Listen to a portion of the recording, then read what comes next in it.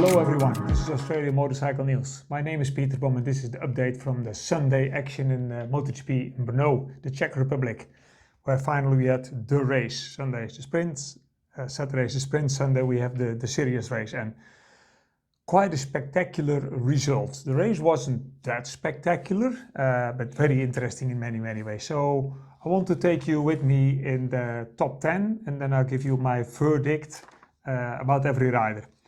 Let's start in P10 where we have Jack Miller, which is more or less where he started, but at the beginning of the race he was up to P8, which was good because typically Jack, good start, quite aggressive in the first couple of laps, but as is the case with the Yamaha, at the moment is very difficult. Later a little bit more when we explain the Yamaha. So Jack in 10, a lot better than yesterday, and this is the best that's possible at the moment for Jack and the Yamaha. P9, Paul Espargaro, that's the retired rider, that is a test rider for KTM. If your test rider can be P9, that maybe the track is very nice for the Aprilias. P8, Brad Binder coming from P19, not a test rider, but well a rider that had a very difficult Friday and therefore wasn't qualifying, not really there. But from 19 to 8, really good. P7, Jorge Martin, yesterday a little bit difficult, but today in 7, coming back after all these months and all these injuries and not fully fit feels like a win. I mean, he was 12 in qualifying and today being 7th in the main race is a really good sign. Also a sign how good the Aprilia is actually. P6 with Fabio Quartararo coming from the front row, starting immediately in the first 3, battling in the top position, but with the Yamaha at the moment on this track it's just too hard. That's the maximum possible for them to do. Now, 5th place, Raúl Fernandez, that is a bit of a surprise. And Raúl is quite a good rider, but it mostly shows how good the Aprilia is at the moment. Before, Pecco Bagnaia, he struggles. He's in all sorts of difficulties and he can't really find the place. He was on pole, but he didn't really have enough pace. So P4 is very disappointing actually. When you start from the pole position, you normally get a 3rd place this year behind Marc Marquez, Marc's brother Alex Marquez, and then it's usually Pecco. Alex Marquez was starting way behind him, so Pecco from pole should finish 2nd.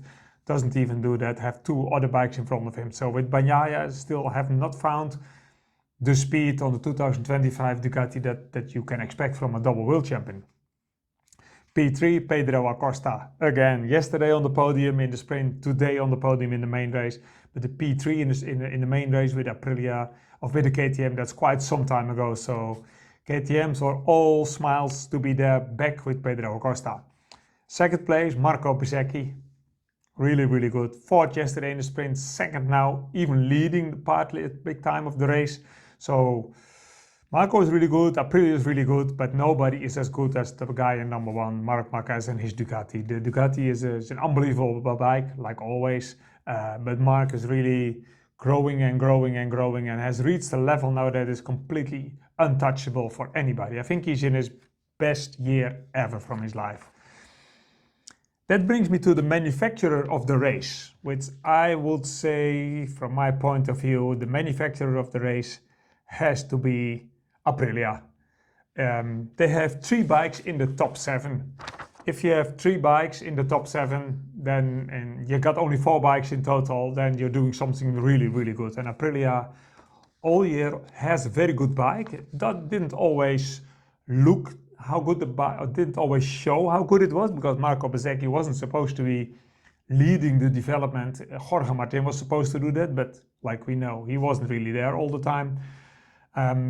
They have a bike with a very good base setup, and immediately on this strange situations in Brno, the bike is there. Bezzecchi is on a high because he gets so much confidence from the last couple of races where he had so many good results. But yet then also having Jorge Martin on the next Aprilia, and this is actually a nice picture. Look at the differences, how Jorge Martin is on his bike, how much more his whole body is on the inside. It's a very short guy.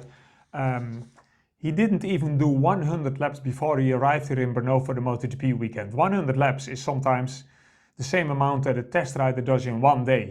He never had more than, he did have more than 100 laps in total on the bike. Arrives on Friday here on the bike in the wet, immediately good. Saturday qualifying, okay, 12.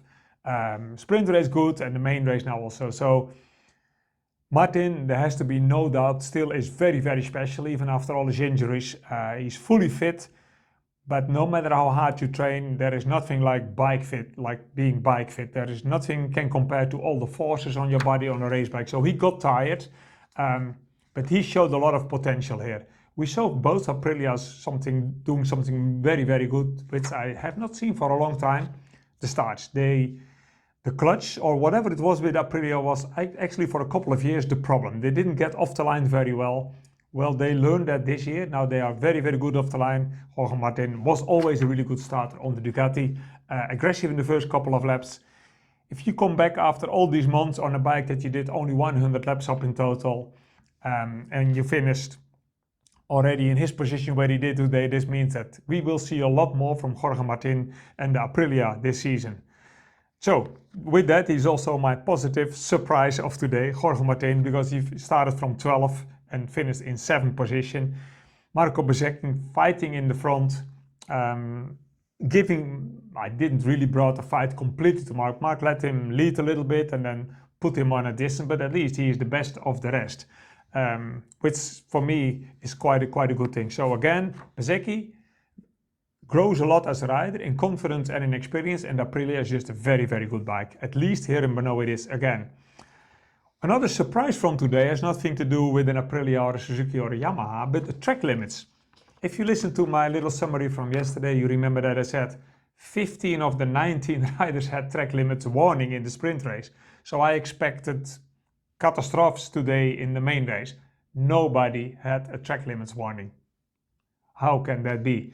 The only explanation I have is the difference in the character between these two events. The sprint race is literally just 10 laps qualifying. You don't breathe, you don't look left or right, you just put the hammer down until you're suddenly finished. There's a lot of risk, a lot of emotions, a lot of adrenaline, but you don't need to plan your race and decide when to attack, when to calm down. In the main race, which is double as long, you really need to think more and be more strategic. And so the reason that in the race nobody had track limits is just the whole pace is a little bit lower because we have to go so much longer. Still a big surprise.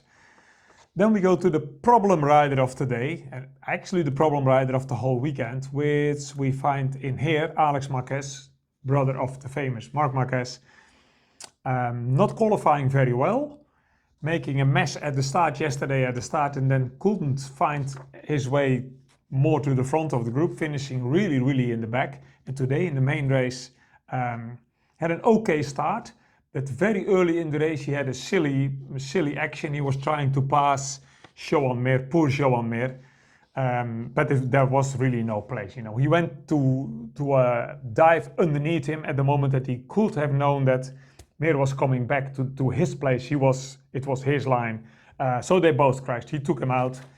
Race direction wasn't too kind for Alex Marquez. So the next race, the naughty boy will have to serve a long lap penalty for that action. Poor Joan Mir was actually at that moment in a quite good position, but Mir is crashing so often, 90% of the time by himself. And if it's not by himself, then it's helped by somebody else. So it's not Mir's weekend here at all, which is a bit weird. Silly, because this special event shows that all the other manufacturers against Ducati suddenly have a chance if we go to a new track where nobody had a lot of data or a lot of experience, because the layout is not new, but the asphalt is completely new. The asphalt was not only, the track in the past was very bumpy. Sometimes the ideal line was like wrong, but it was just the line around all the bumps. It was giving super high tire wear in the past. It had lots of bumps and it had no really good grip at all. Suddenly this year, the new tarmac is like perfect. We can do the lap times. Even in the end of the race, you can go fast. There is no tire wear. It's completely flat. This gives all the other manufacturers a better chance against the Ducatis, but not the Hondas. The Hondas just forgot to do anything special this weekend. Which brings me, after Honda, by the problem manufacturer of the day. And there we go to another picture from a pretty familiar rider, Jack Miller, on the Yamaha. Jack showed with the Yamaha and Fabio Quartararo as well that it's possible to be in the top 10 in qualifying, just because the inline 4 is such a sweet bike to bring the corner speed with you. Don't stop and go. Be very, very smooth and fast with your bike. but you cannot race against all the other V4 engines. So what Fabio Quartararo happened, what happened to Fabio also happened to Jack. You have to start super good. Hope that there is not a guy, somebody really behind you, because everybody that's close behind you will pass you in the straight, then block you in the corner. And it's very difficult to fight with the Yamaha, which was clearly shown by both Fabio, because he started on 3, finished 6, and Miller started on 10, went to 8, then back to 11, and then back to 10. That was it from the MotoGP. Moto3, Moto2, how to say to you Aussie guys, difficult. Joe Kelso didn't even start. He didn't start in qualifying yesterday because he damaged his ankle again, that he damaged in Sachsenring as well, and so he didn't start the race, which is terrible because he was defending a P4 in the championship position, and not starting in the race obviously didn't help you. Jacob Roulstone qualified 16 yesterday. More about having, that was more, it looked worse than it really was, but he was too eager. He had 2 track limits in his best lap time, so he didn't qualify very well. But even today in the race, P14, Jacob Roulstone is a little bit off track. Don't really have the confidence, don't have the front end feeling of the bike. In his press release, I said I really look forward to a test day that they have on Tuesday on the same track in Brno. He will need a good test before he goes into the summer break, because his confidence will definitely be on a low. Moto2, Senna Agius qualified 6th, having a really good pace. Not the pace of the top 2, but at least position 3 and 4. It was not impossible. I don't know yet what happened, because this video is made quite short after the races stopped today. But he went from Q6, from position 6 to P15. So something obviously was definitely very wrong on Senna's side, which is a shame, but actually. We finished the first half of the season. Everybody's going now for a 4 weeks breaks that most of the people really need, the holiday. And I'm keen to see how everybody gets back from the summer break. It's good for Joe Kelso to repair, and maybe Yamaha finds something. They can do some more work on the V4, which we expect to see in the Misano test, but don't count on Miller and Fabio Quartararo improving the rest of the year with the Yamahas. The Yamaha told the riders officially, this is the bike that you have for the rest of the year. We adjust it for every track a little bit, but there's not coming any more updates. All our energy goes into the new V4, so all eyes are next year in that case.